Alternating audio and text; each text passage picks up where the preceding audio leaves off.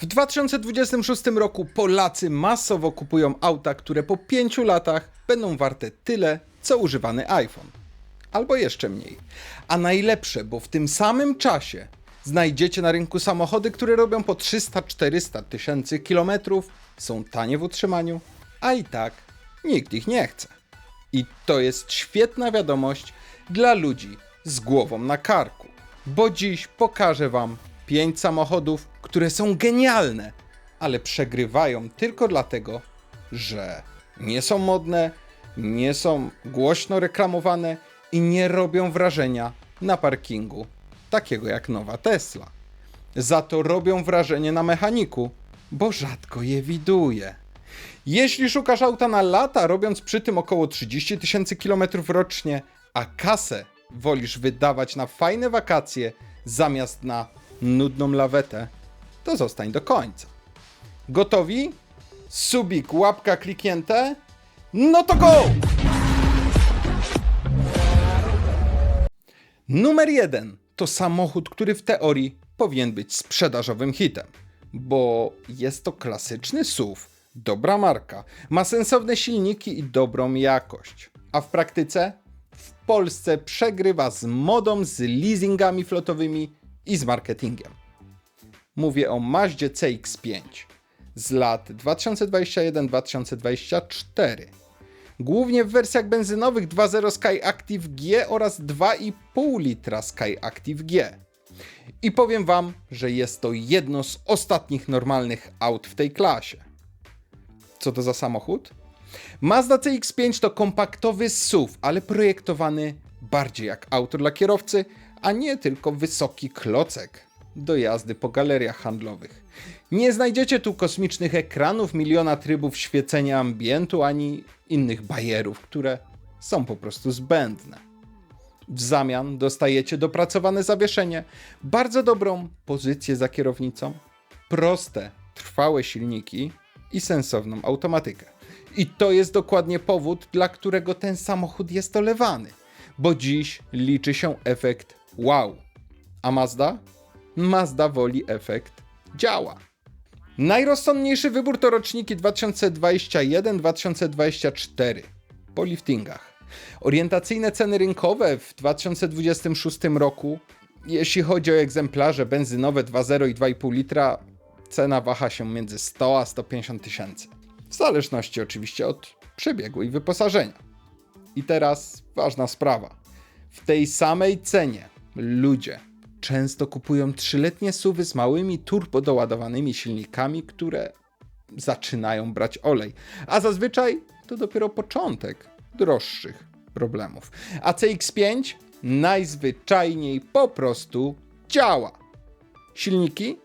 Dlaczego to jest takie złoto? Mazda konsekwentnie stawia na wolno ssące benzyny. Brzmi staro? Świetnie, bo stare, sprawdzone rozwiązania są dziś luksusem. Brak turbiny, brak skomplikowanego sprzętu, mniejsze temperatury pracy, dłuższa żywotność. Realne spalanie? Miasto to okolice 8-9 litrów. W trasie jest szansa zejść poniżej 7. To nie są rekordy świata, ale są to wyniki osiągane bez stresu i bez niespodzianek. Z jednej strony totalnie tego nie kumam, a z drugiej bardzo mnie to cieszy, że ludzie częściej wybierają SUVy, które na papierze palą 5,5 litra, a w rzeczywistości 9 i co chwilę pokazują coraz to nowsze komunikaty na desce. W zestawieniach ADAC, TÜV i Consumer Reports Mazda od lat jest powyżej średniej i często bardzo blisko Toyoty i Hondy. Najczęstsze usterki? Drobna elektronika, czujniki, czasem zawieszenie, czyli rzeczy stosunkowo tanie, przewidywalne, bez katastrof silnikowych.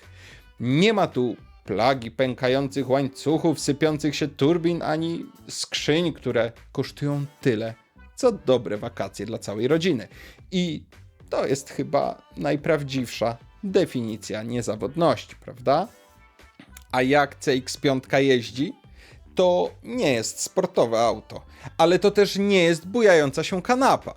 CX-5 prowadzi się stabilnie, przewidywalnie i pewnie w zakrętach. Układ kierowniczy pozwala w pełni poczuć drogę, a nie jak w nowych Chińczykach, które bardziej przypominają symulator PlayStation. W trasie jest cicho, w mieście jest ok. To jest samochód, do którego wsiadasz i nie myślisz, czy coś się zaraz rozkraczy. A to ogromna zaleta. Roczny serwis w takim aucie to koszt mniej więcej 1200-1500 zł. Ubezpieczenie standard w tej klasie. Części dostępne i sensownie wycenione. Nie jest to najtańsze auto świata, ale jest bardzo daleko od drogich w utrzymaniu aut premium. Ale są też wady, bo jak już doskonale wiemy, ideałów nie ma. Po pierwsze, brak sportowych emocji. Po drugie, wnętrze, bardziej stonowane niż instagramowe. No i benzyna pali więcej niż hybrydy. I teraz pytanie, czy to są realne problemy? Dla człowieka, który chce auto na lata, wydaje mi się, że nie. A dlaczego ludzie jej nie chcą? Bo nie jest nowym hitem. Nie ma turbo i 250 koni.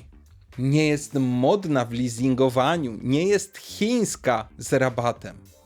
A prawda jest taka, że CX-5 jest jednym z ostatnich SUV-ów, którym bliżej do klasycznej motoryzacji niż do najnowocześniejszych cudów technologicznych.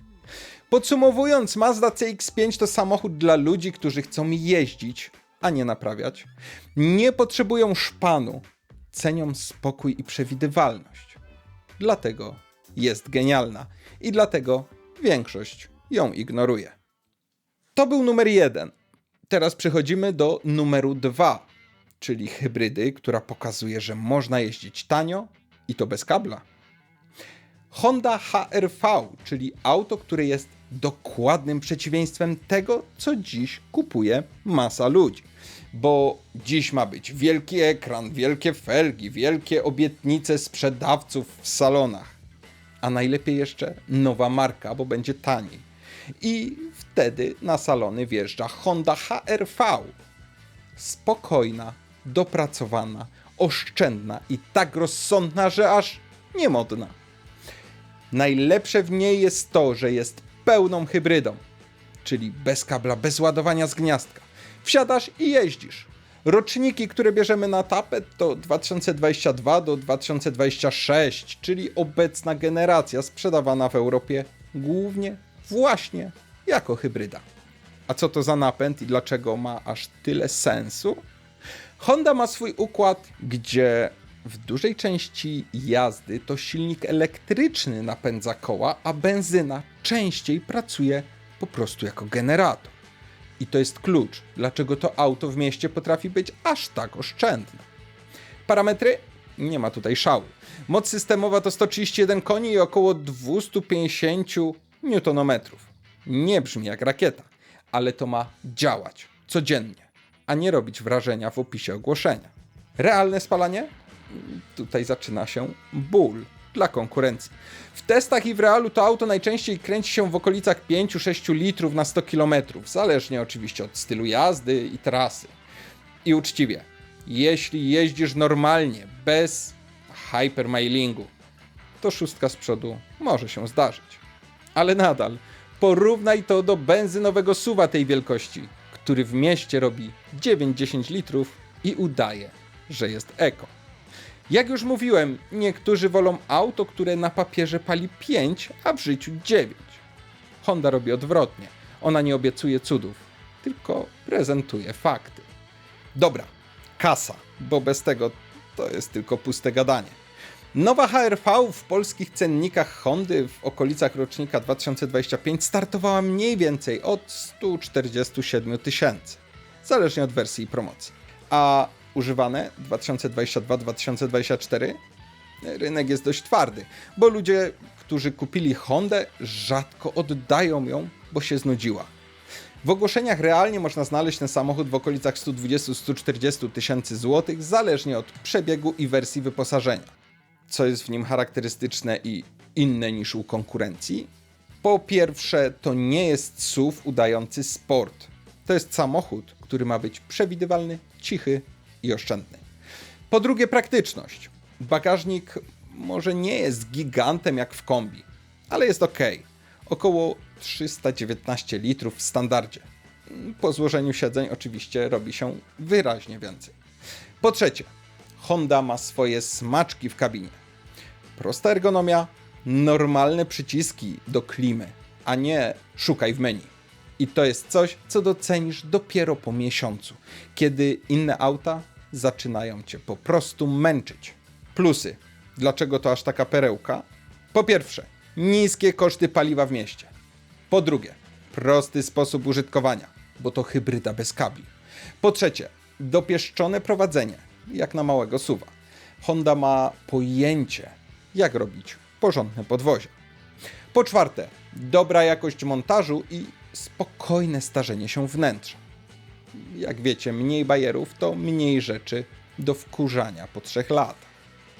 To jest auto dla ludzi, którzy naprawdę jeżdżą, a nie dla ludzi, którzy kupują samochód, żeby się nim chwalić znajomym. No i minusy. Po pierwsze moc. 131 koni. Co prawda jest wystarczająca, ale nie da ci efektu wow na prostej. Po drugie bagażnik. Jest poprawny, ale jeśli masz w planie, nie wiem, rodzinne wakacje z połową domu w środku, to kombi wciąż wygrywa. Po trzecie cena. Honda trzyma wartość, więc to nie jest okazja życia za pół darmo. Jeżeli twoim priorytetem jest, żeby sąsiad pękł z zazdrości, to HR-V ci tego nie da. Ale jeśli priorytetem jest, żeby jeździć bez stresu przez dobrych kilka lat, to naprawdę warto. Dlaczego Polacy ją omijają? Bo nie ma 200 koni, bo nie jest premium, bo nie krzyczy designem i przede wszystkim, bo Honda w Polsce nie robi takiej propagandy jak inne marki, które najpierw sprzedają, a potem tłumaczą gwarancję. Dobra, HR-V to jest rozsądek w czystej postaci. A teraz numer 3. Auto, które daje klimat Volkswagena, ale bez dopłaty za znaczek. I tu będzie ciekawie, bo numer 3 to samochód, który jest jednym z najlepszych dowodów na to, jak bardzo ludzie potrafią przepłacać za znaczek na masce. Bo technicznie Seat Ateca to w ogromnej mierze Volkswagen. Ta sama płyta podłogowa, bardzo podobne silniki, te same skrzynie biegów. A różnica? Cena, wizerunek i to, że Seat nie udaje marki premium. I właśnie dlatego Ateca jest dziś jedną z najbardziej niedocenionych propozycji w segmencie kompaktowych SUV-ów. Najrozsądniejsze wybory to roczniki 2019 do 2024, szczególnie po liftingu z 2020 roku. Silniki, na które warto zwrócić uwagę to 1.5 TSI 150-konny, benzynowy, 2.0 TSI 190-konny, benzynowy z napędem AWD, 2.0 TDI 150 lub 190-konny diesel. I od razu ważna rzecz. W tych latach Volkswagen mocno poprawił swoje skrzynie DSG oraz osprzęt silników benzynowych. To nie są już te same problematyczne konstrukcje sprzed dekady. Czy są idealne? Nie. Czy są dramatycznie złe? Też nie. Są normalne. A to dzisiaj spory komplement. Jak Ateca wygląda cenowo w 2026? Rynek wtórny wygląda mniej więcej tak. Ateca 2019-2021 około 75 do 95 tysięcy.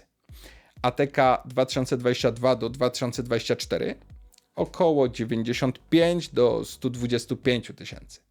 W tej samej cenie ludzie często wybierają Golfa, T-Rocka albo Karoqa z gorszym wyposażeniem. Ateca daje podobną technologię, ale więcej auta za te same pieniądze. To się nazywa matematyka, nie magia. A jak Ateca jeździ? Seat od zawsze stawiał na lekko sportowy charakter. I to czuć w tym aucie. Ateca prowadzi się pewniej niż większość SUV-ów w tej klasie. Nie buja się jak ponton, ma dość sztywne, ale sensownie zestrojone zawieszenie. Oczywiście nie jest to hot hatch, ale to jeden z niewielu SUV-ów, które nie denerwują w zakrętach. Szczerze, jeśli ktoś mówi, że wszystkie SUV-y jeżdżą tak samo, to znaczy, że Ateki po prostu nigdy nie prowadził.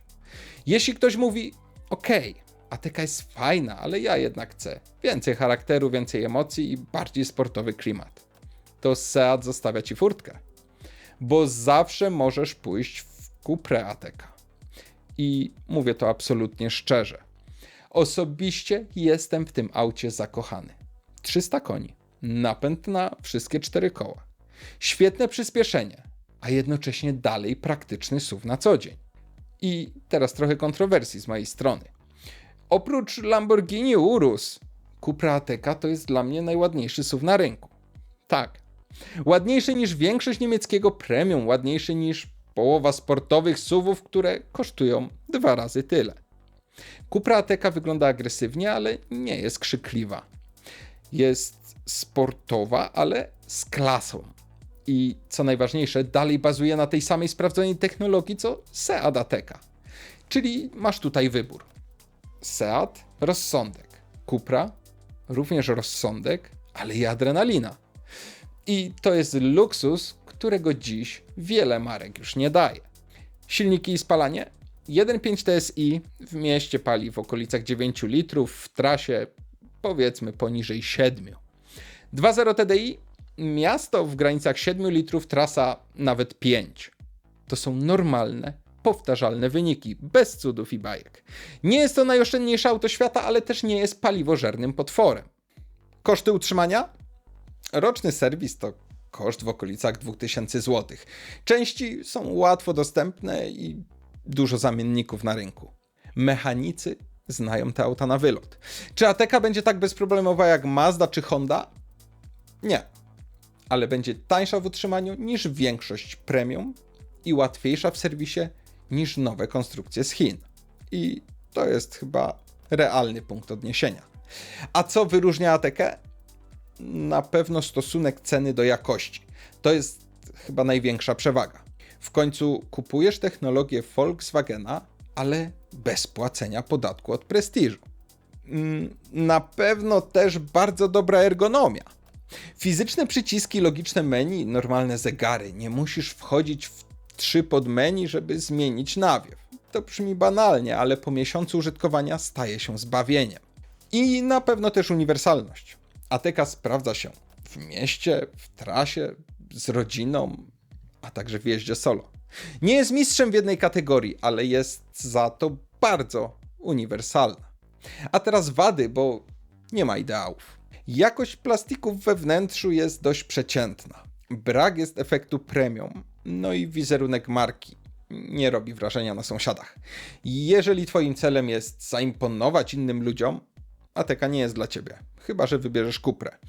Ale jeśli chcesz mieć spoko auto bez większych problemów, to jest to naprawdę bardzo dobry kandydat. Dlaczego Polacy jej nie chcą? Bo Seat jest gorszy od Volkswagena, bo wolą dopłacić do Audi, bo marka nie jest aż tak modna. A prawda jest taka, że Seat to często najrozsądniejszy wybór z całej grupy wag. Podsumowując, Seat Ateca to samochód dla ludzi, którzy chcą normalnego SUV-a, nie chcą przepłacać za znaczek i cenią sobie przewidywalność i łatwy serwis. Dlatego też Ateca jest aż tak genialna. A teraz przechodzimy do numeru 4. I tu wchodzimy na terytorium premium, ale w wersji dla ludzi myślących.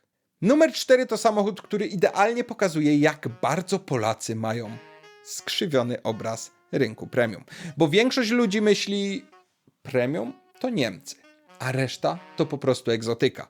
A potem dziwią się, że rachunki za serwis wyglądają jak rata kredytu za dom.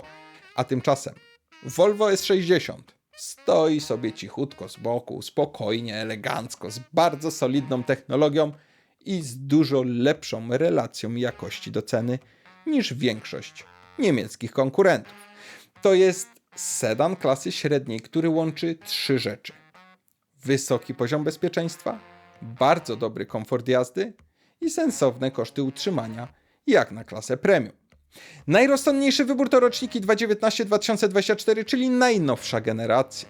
Silniki, na które warto patrzeć, to benzyna w miękkiej hybrydzie B4 oraz B5. B4 to 2-litrówka około 197 koni, B5 to 2-litrówka około 250 koni. Wszystkie to 4-cylindrowe 2-litrowe jednostki bez kombinowania z mikrosilnikami. I ważna rzecz, Volvo od kilku lat nie pcha się w downsizing. Zostaje przy 2-litrówce i to widać w trwałości. To teraz ceny. Rynek wtórny. Z lat 2019-2021 S60 kosztuje około 90-120 tysięcy. Jeżeli chodzi o roczniki 2022-2024, cena to około 115 do nawet 150 tysięcy. W podobnych pieniądzach możesz dostać BMW 3, Audi A4, Mercedesa C-klasę, ale wszystkie trzy będą najprawdopodobniej z większym przebiegiem i ze skromniejszym wyposażeniem. Volvo bardzo często oferuje lepsze wyposażenie w tej samej cenie co konkurencja. To jest jeden z powodów, dla których uważam S60 za perełkę. Jak to auto jeździ?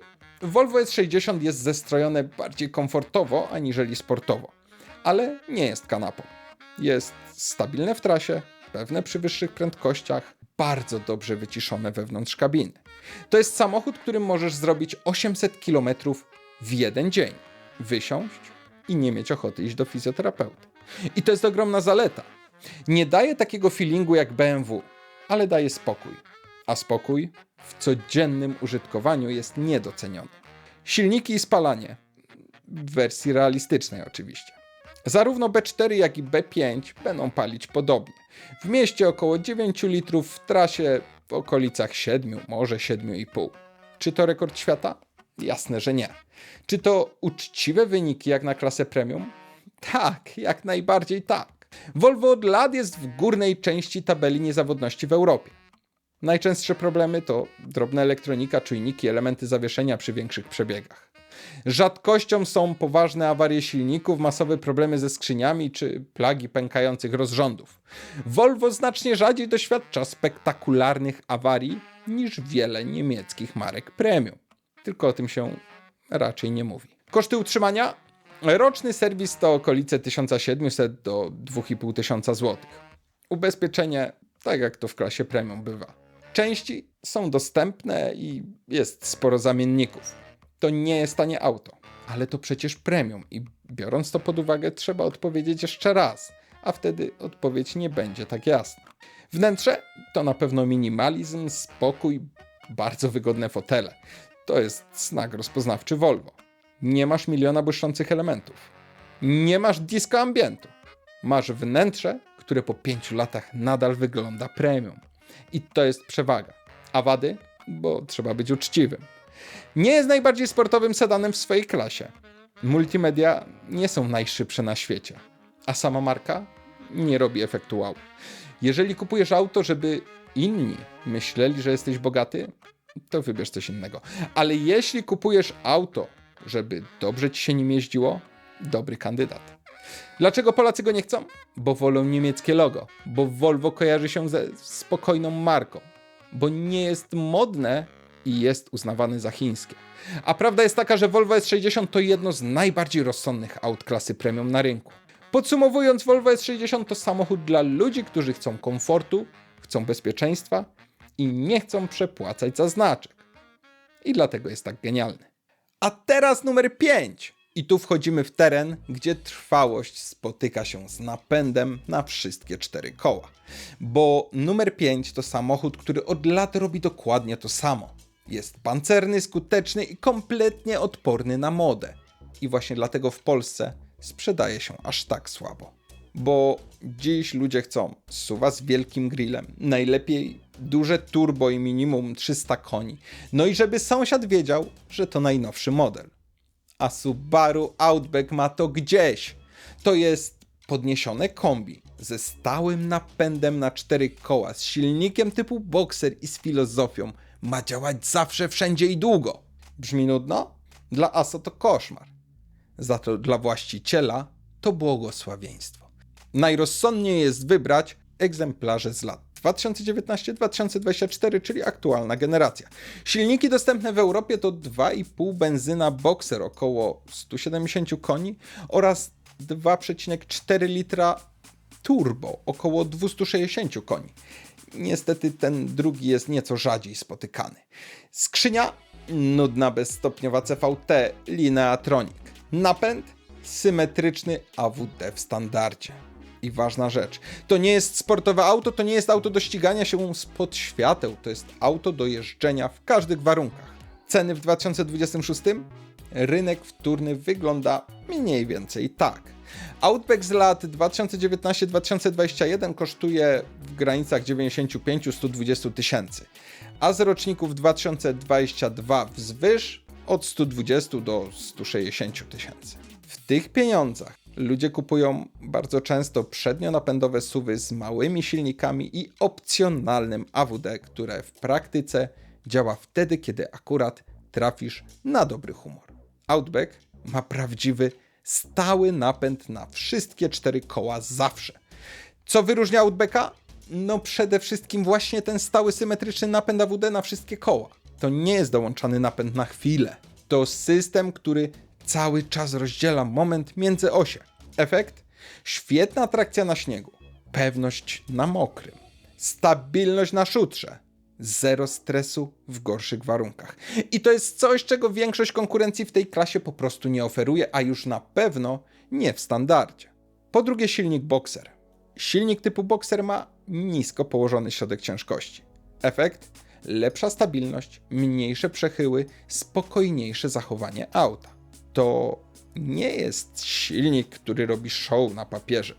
To silnik, który robi kilometry. Po trzecie, charakter, nazwijmy to narzędziowy. Outback to trochę taki samochodowy odpowiednik multitoola. Jest ok dla rodziny, jest ok w trasę, w góry, na drogi gruntowe. A zimą w Outbacku nigdy nie poczujesz różnicy. Nie musisz kupować SUV-a udającego terenówkę. Tu masz coś, co realnie daje radę w każdych warunkach. Jak Outback jeździ? Na pewno komfortowo, bardzo stabilnie, bez nerwowości. Zawieszenie jest dość miękkie, ale dobrze kontrolowane. Auto nie jest sportowe, ale za to daje ogromne poczucie bezpieczeństwa. W trasie Outback jest świetnym połykaczem kilometrów. To w końcu jego żywioł. Spalanie? 2,5-litrowa benzyna w mieście spali 11-12 litrów, w trasie może udać się zejść poniżej 8. To nie są rekordy oszczędności, ale pamiętajcie, że tutaj mamy benzynę i stały napęd AWD. I nagle te liczby zaczynają wyglądać zupełnie normalnie, co nie? Subaru od lat jest wysoko w rankingach niezawodności. Najczęstsze drobne problemy to czujniki, drobna elektronika, elementy zawieszenia. Rzadkością są masowe awarie silników, skrzyń biegów czy jakiekolwiek dramatyczne historie z rozciągającymi się rozrządami. Mity o braniu oleju w nowych Subaru dotyczą głównie starych konstrukcji sprzed wielu lat. W nowszych generacjach problem ten nie jest powszechny. Koszty utrzymania. Roczny serwis w okolicach 2000 zł, części mają umiarkowane ceny. Ubezpieczenie jak na klasę średnią. To nie jest budżetówka, tylko raczej uczciwie wycenione auto. A wnętrze? Proste, solidne, ergonomiczne, nie ma efektu wow. Ale za to jest efekt po 5 latach nadal wszystko działa. I to jest dokładnie to, czego chcą ludzie, którzy wybierają Outbacka. Ale są też wady, o których warto wspomnieć. Przede wszystkim brak sportowego charakteru, skrzynia CVT, która nie każdemu się spodoba, mi się osobiście nie podoba, i spalanie wyższe niż w hybrydach. Jeśli ktoś skreśla Outbacka, bo to nudne auto, to znaczy, że nie rozumie, do czego ten samochód został stworzony. Dlaczego Polacy go nie chcą? Bo wolą SUV-y, bo Subaru kojarzy się z niszową marką, bo Outback najzwyczajniej nie jest modny. A prawda jest taka, że Outback to jedno z najbardziej logicznych aut dla ludzi, którzy naprawdę dużo jeżdżą. Podsumowując, Subaru Outback to samochód dla ludzi, którzy chcą wjechać wszędzie, chcą spokoju i chcą trwałości. I dlatego jest genialny. No dobra, zobaczyliście 5 samochodów, które są genialne, ale przegrywają z modą, marketingiem i tym, co akurat jest na billboardach. I teraz chcę bardzo jasno powiedzieć jedną rzecz. Osobiście polecam Mazdę CX-5 i Hondę HR-V jako najlepsze wybory dla większości ludzi, bo to są auta najbardziej uniwersalne. Są dobre do miasta, w trasę, mają rozsądne spalanie. Są to samochody dla kogoś, kto chce po prostu wsiąść, jechać i mieć święty spokój przez lata. Ale uczciwie powiem tak, gdybym wybierał auto stricte dla siebie, wybór padłby chyba na Cupra Ateca. Dlaczego? Bo ja patrzę na motoryzację troszeczkę inaczej. W każdym swoim aucie szukam choć odrobiny frajdy z jazdy. Nie potrzebuję superkara ani auta na tor, ale chcę, żeby samochód po prostu dawał mi uśmiech. A Cupra Ateca dokładnie to robi. Dlatego tak, chcesz spokoju, wybierasz Mazdę CX-5 albo Hondę HR-V. Chcesz rozsądku z charakterem? Ateca. Chcesz komfortowego premium? Volvo S60. A jeśli chcesz wjechać dosłownie wszędzie, wybierasz Subaru Outbacka. Każde z tych aut jest genialne, każde z innego powodu i każde jest olewane przez rynek. Pamiętajcie jednak, że najlepsze auto to nie jest to, które robi największe wrażenie. Najlepsze auto to to, które po 5 latach dalej normalnie odpala, dalej jeździ i dalej nie pożera majątku na warsztatach. Większość ludzi kupuje oczami. Ludzie z głową kupują z 0-100. Dajcie znać w komentarzu, które z tych aut wybralibyście dla siebie i dlaczego. A może znacie inne niedocenione perełki? Dajcie znać, chętnie poczytam. Zostawcie łapę w górę, jeśli podobał Wam się dzisiejszy materiał. Subskrybujcie kanał, bo w następnym filmie sprawdzimy, czy diesel naprawdę wraca do łask w 2026 roku. Dzięki za oglądanie i do następnego. Hej!